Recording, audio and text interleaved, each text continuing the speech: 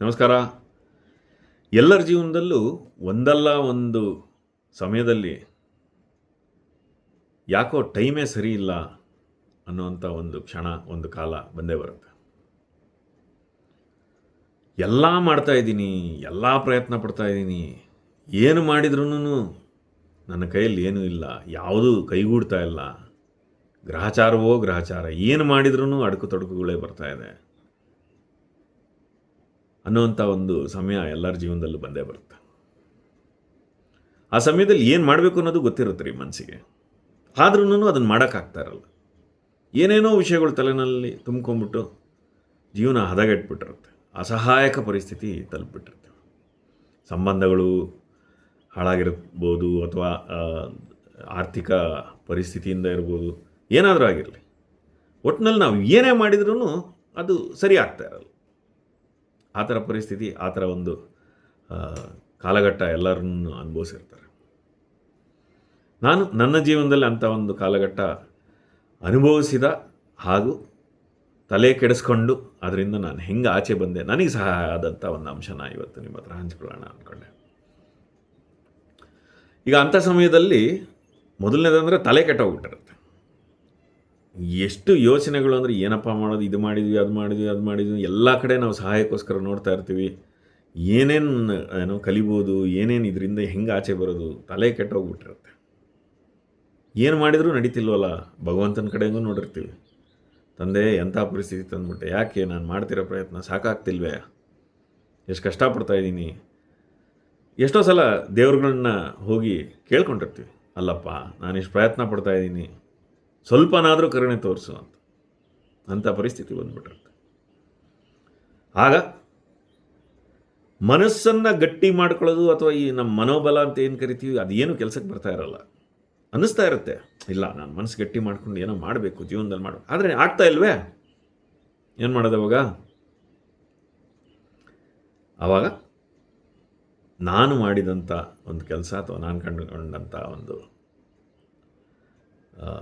ಏನಂತಾರೆ ರಹಸ್ಯ ಅಂದರೆ, ದೇಹವನ್ನು ದಂಡಿಸೋದು ಅಂದರೆ ಲಿಟ್ರಲಿ ಪನಿಷ್ಮೆಂಟ್ ಅಂತ ಕರಿತೀವಲ್ಲ, ದೇಹವನ್ನು ದಂಡಿಸಬೇಕಂತೆ.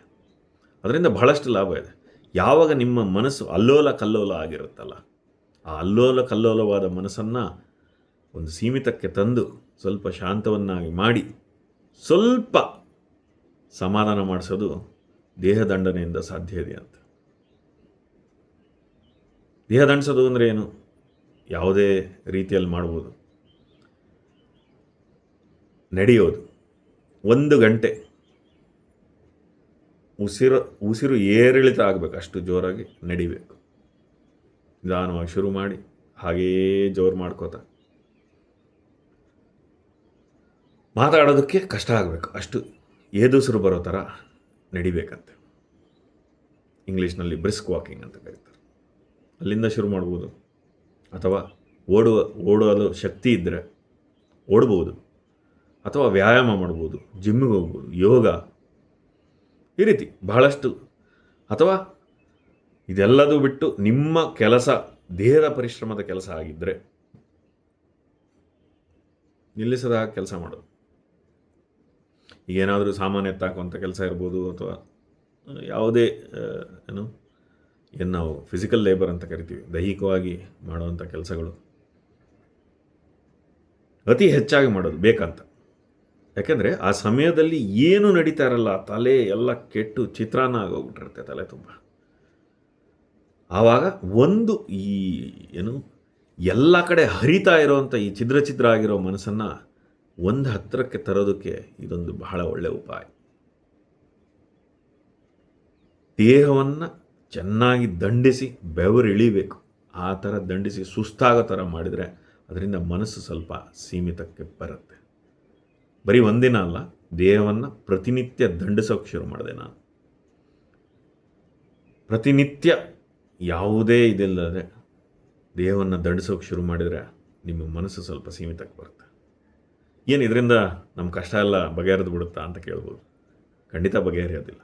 ಆದರೆ ಆ ಮನಸ್ಸಿನ ಏನು ನಾಗಾಲೋಟ ಇರುತ್ತೆ, ಮನಸ್ಸೇನು ಕಿತ್ಕೊಂಡು ಹರಿತಾ ಇರುತ್ತಲ್ಲ ಎಲ್ಲ ಕಡೆ, ಅದು ಸ್ವಲ್ಪ ಸೀಮಿತಕ್ಕೆ ಬರುತ್ತೆ.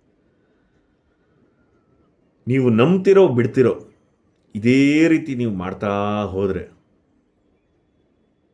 ಆ ಮನಸ್ಸು ಬದಲಾಗೋದನ್ನು ನೀವೇ ಕಂಡುಕೊಳ್ತೀರ. ಆ ಮನಸ್ಸು ಎಷ್ಟು ಚಂಚಲವಾಗಿ ಎಷ್ಟು ಒದ್ದಾಡ್ತಾ ಇರುತ್ತಲ್ಲ ಆ ಸಮಯದಲ್ಲಿ, ಆ ಕಷ್ಟದ ಸಮಯದಲ್ಲಿ, ಯಾಕೋ ಟೈಮ್ ಸರಿ ಇಲ್ಲ, ಅಯ್ಯೋ ಏನು ನಡೀತಾ ಇಲ್ಲ, ಇದಾಗ್ತಾ ಇಲ್ಲ, ಅದಾಗ್ತಾ ಇಲ್ಲ, ಅದು ಮಾಡಬೇಕು, ಇದು ಮಾಡಬೇಕು, ಎಲ್ಲ ಪ್ರಯತ್ನ ಅಂತೂ ಮಾಡಿರ್ತೀವಿ ಆ ಒಂದು ಸಮಯದಿಂದ ಆಚೆ ಬರೋದಕ್ಕೆ. ಆದರೆ ನಮ್ಮ ಮನಸ್ಸು ಅದಕ್ಕೆ ಒದ್ದಾಡ್ಬಿಟ್ಟಿರುತ್ತೆ.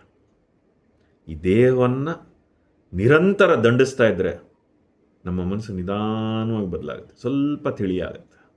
ಆ ತಿಳಿಯಾದ ಮೇಲೆ ನೀವು ಆ ಕಷ್ಟಗಳಿಂದ ಆಚೆ ಬರೋದಕ್ಕೆ ಏನು ಮಾಡಬೇಕು ಅನ್ನೋವಂಥ ಒಂದು ಸಲ್ಯೂಷನ್ ಅಂತ ಏನು ಕರಿತೀವಿ, ಆ ಉತ್ತರ ನಿಮಗೆ ಗೋಚರವಾಗುತ್ತೆ. ಇದರ ಯಾವುದೇ ಗ್ಯಾರಂಟಿ ಇಲ್ಲ, ಬಹುಶಃ ಯಾರಾದರೂ ಮನೋತಜ್ಞರೇ ಹೇಳ್ಬೋದು. ಆದರೆ ನನ್ನ ಜೀವನದಲ್ಲಿ ನನಗೆ ಇದು ಬಹಳ ಉಪಯೋಗಕ್ಕೆ ಬಂತು. ಬೇರೆ ಏನು ನಡೀತಿಲ್ಲಪ್ಪ ಅಂದಾಗ ದೇಹವನ್ನು ದಂಡಿಸಿದಾಗ ನಾನು ನೋಡ್ತಾ ಬಹುಶಃ ಒಂದು 2-3 ತಿಂಗಳಲ್ಲಿ ಮನಸ್ಸು ಸ್ವಲ್ಪ ಸೀಮಿತಕ್ಕೆ ಬಂತು. ಏನೋ ನಡೀತಿದೆಯಪ್ಪ. ಆಮೇಲೆ ಏನು ಮಾಡಬೇಕು ಅನ್ನೋ ದಾರಿಗಳು ಕಾಣೋಕ್ಕೆ ಶುರು ಆಯಿತು.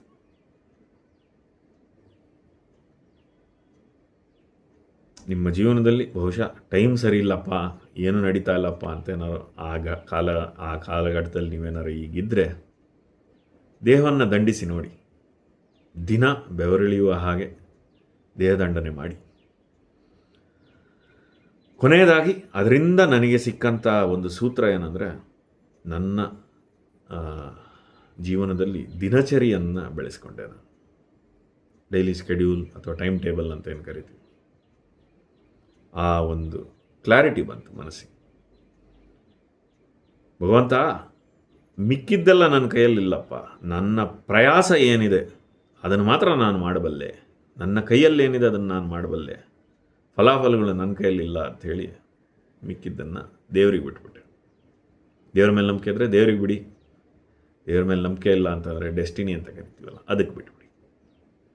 ನಮ್ಮ ಎಫರ್ಟ್ ಏನಿದೆ, ನಾವು ದಿನನಿತ್ಯ ಏನು ಮಾಡ್ಬೋದು, ದಿನಚರಿ ನನ್ನ ಕೈಯಲ್ಲಿದೆ. ಆ ಸತ್ಯ, ಆ ಕ್ಲಾರಿಟಿ ನನಗೆ ಅಲ್ಲಿಂದನೇ ಬಂದಿತ್ತು.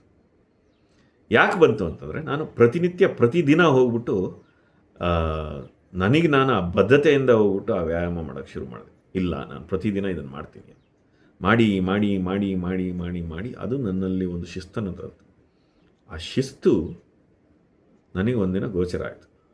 ಇಲ್ಲ, ನಾನು ಪ್ರತಿನಿತ್ಯ ಏನೋ ಮಾಡ್ತಾ ಇರೋದ್ರಿಂದ ನನಗೇನೋ ಒಂದು ಸಮಾಧಾನ ಸಿಗ್ತಾ ಇದೆ. ಈ ಪ್ರತಿನಿತ್ಯ ಮಾಡೋದನ್ನು ನಾನು ಯಾಕೆ ಒಂದು ದಿನಚರಿ ಮಾಡ್ಕೋಬಾರ್ದು, ದಿನ ಇದನ್ನು ಮಾಡ್ತೀನಿ. ನನ್ನ ಕೈಯಲ್ಲಿ ಏನಾಗುತ್ತೆ, ಈಗ ನಮ್ಮ ಕೆಲಸ ಏನು ಬೇಕಾರಾಗಿರ್ಬೋದು ರೀ, ಅದಕ್ಕೆ ತಕ್ಕ ಹಾಗೆ ಒಂದು ದಿನಚರಿ, ಆರೋಗ್ಯಕ್ಕೆ ಬೇಕಾದ ಅಂಶಗಳು, ನನ್ನ ಸಂತೋಷಕ್ಕೆ ಬೇಕಾದ ಅಂಶಗಳು, ದುಡಿಮೆಗೆ ಬೇಕಾದ ಅಂಶಗಳು, ಇದನ್ನೆಲ್ಲ ಸೇರಿಸಿ ಒಂದು ದಿನಚರಿ ಮಾಡಿಕೊಂಡೆ. ಆ ದಿನಚರಿ ಮಾಡ್ಕೊಂಡಾಗಿಂದ ನನ್ನ ಜೀವನನೇ ಬದಲಾಗೋಯಿತು. ನನಗೆ ಈಗಲೂ ನೆನಪಿದೆ, ಇದಾಗಿ ಬಹಳ ವರ್ಷ ಆಗಿದೆ, ಆದ್ರೂ ನನ್ನ ಮನಸ್ಸಿನಲ್ಲಿ ಅಚ್ಚ ಹಸಿರಾಗಿ ಉಳಿದಿದೆ. ಎಷ್ಟು ಜನಕ್ಕೆ ಇದು ಉಪಯುಕ್ತ ಆಗುತ್ತೋ ಇಲ್ಲ ಗೊತ್ತಿಲ್ಲ, ಆದರೆ ನನ್ನ ಜೀವನದಲ್ಲಿ ಬಹಳ ಶಕ್ತಿಶಾಲಿಯಾಗಿ ಕೆಲಸ ಮಾಡಿದಂಥದ್ದು ಇದು. ಹಾಗಾಗಿ ಹೇಳೋಣ ಅನ್ನಿಸ್ತು, ಯಾರಾದರೂ ಒಬ್ರಿಗಾದರೂ ಸಹಾಯ ಆದರೆ ಸಂತೋಷ. ನಿಮ್ಮ ಜೀವನದಲ್ಲಿ ಏನೂ ನಡೀತಾ ಇಲ್ಲ ಅಂದರೆ ದೇಹನ ದಂಡಿಸೋದ್ರಿಂದ ಶುರು ಮಾಡಿ, ಬಹುಶಃ ದಾರಿ ಕಾಣಿಸ್ಬೋದು. ಶುಭವಾಗಲಿ.